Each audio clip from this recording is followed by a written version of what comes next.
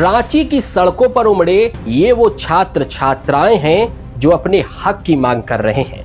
परीक्षा में हो रही धांधली के खिलाफ आवाज उठा रहे हैं, लेकिन झारखंड सरकार की पुलिस की ओर से उन पर लाठियां भांजी जा रही हैं, आंसू गैस के गोले छोड़े जा रहे हैं, बैरिकेडिंग लगाकर इन छात्रों को रोका जा रहा है और उन पर वाटर कैनन से पानी की बौछार की जा रही है। जो दिल्ली की सड़कों पर 20 जुलाई 2026 को हुआ, वही झारखंड की राजधानी रांची में भी देखने को मिला।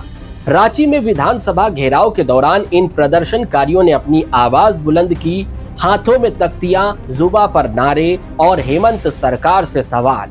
जेपीएससी जेएसएससी परीक्षा में हुई धांधली को लेकर छात्र गुस्से में नजर आ रहे हैं और विधानसभा घेराव करने का उन्होंने ऐलान किया था, जिसके बाद उन्होंने विधानसभा का घेराव किया।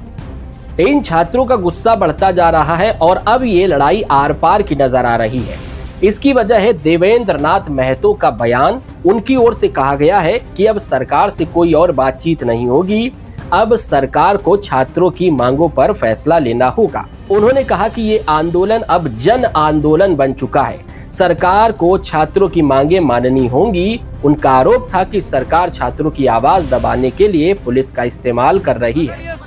सरकार ये आवाज को नहीं मानती है तो ये सरकार को पूरे विश्व स्तर पे तानाशाही, निरंकुश, लोकतंत्र की हत्या करने वाली सरकार के रूप में याद रखा जाएगा। दरअसल छात्रों के आंदोलन के 17वें दिन हजारों की संख्या में छात्र पुरानी विधानसभा से नई विधानसभा की ओर मार्च लेकर निकले। कई जगह बैरिकेडिंग कर पुलिस ने उन्हें रोकने की कोशिश की, लेकिन छात्र आगे बढ़ते रहे। धक्का मुक्की के बाद पुलिस ने बल प्रयोग किया।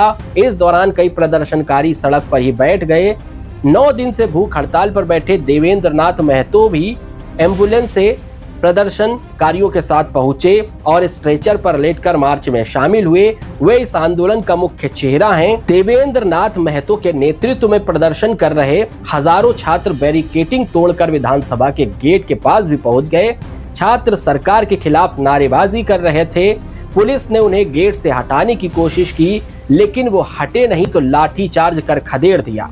कई बार पुलिस और छात्रों के बीच झड़प की नौबत आई। 2-3 बार लाठीचार्ज करना पड़ा पुलिस को। कुछ छात्रों के सिर पर चोट आई है। प्रदर्शनकारियों ने भी पुलिस पर पानी की बोतल और चप्पल फेंकी, ऐसा आरोप लगाया जा रहा है।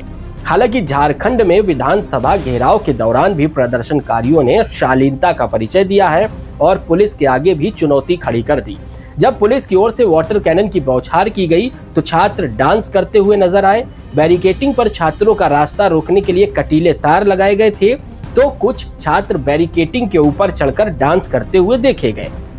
कुछ छात्रों ने राष्ट्रगान गाया। इसके बाद पुलिस ने आंसू गैस के गोले भी दागे। 6 लेयर की सुरक्षा व्यवस्था की गई थी पुलिस की ओर से। सीसीटीवी कैमरों से निगरानी भी की जा रही थी, लेकिन प्रदर्शनकारियों का आक्रोश कम नहीं हुआ। अब छात्रों के इस प्रदर्शन को लेकर राजनीति भी जमकर हो रही है। बीजेपी के नेताओं की ओर से हेमंत सरकार को घेरा जा रहा है और कांग्रेस के भी नेता हैं, उनकी ओर से भी सवाल किए जा रहे हैं। राहुल गांधी की ओर से भी कहा गया है कि छात्रों पर बल प्रयोग करना सही नहीं है। तो अब अपडेट मिल रहा है कि देवेंद्र नाथ महतो को सदर अस्पताल में भर्ती कराया गया है। उनकी हालत ठीक नहीं है, जिसकी वजह से उन्हें अस्पताल में इलाज के लिए भर्ती कराया गया है। तो इस बीच झारखंड के मुख्यमंत्री हेमंत सोरेन ने भी छात्रों से कहा है कि उनकी मांग मानी जाएगी, राजनीतिक कारणों से वे भ्रमित ना हो और उनकी समस्याओं का हल किया जाएगा। हेमंत सोरेन की ओर से आश्वस्त किया गया है कि इन छात्रों की मांग मानी जाएगी और उनकी बात सुनी जाएगी, उनकी समस्या का हल किया जाएगा, परीक्षा में पारदर्शिता लागू की जाएगी और एक्शन भी लिया जाएगा दोषियों पर। अब आपको ये भी बता देते हैं कि रविवार यानी कि 9 अगस्त को प्रदर्शनकारियों के प्रतिनिधि मंडल और सरकार के बीच बातचीत हुई थी। 5 घंटे से ज्यादा बातचीत चली थी। सरकार ने 14वीं जेपीएससी परीक्षा रद्द करने और दूसरी मांगों पर सहमति जताई थी। सरकार का दावा है कि करीब 98% मांगे मान ली गई हैं, लेकिन छात्र जेएसएससी सीजीएल परीक्षा की सीबीआई जांच और भर्ती में कथित गड़बड़ी की निष्पक्ष जांच की मांग पर अड़े हैं। यही वजह है कि बातचीत बिना नतीजे के खत्म हो गई और छात्रों ने विधानसभा घेराव कर अपना गुस्सा जताया।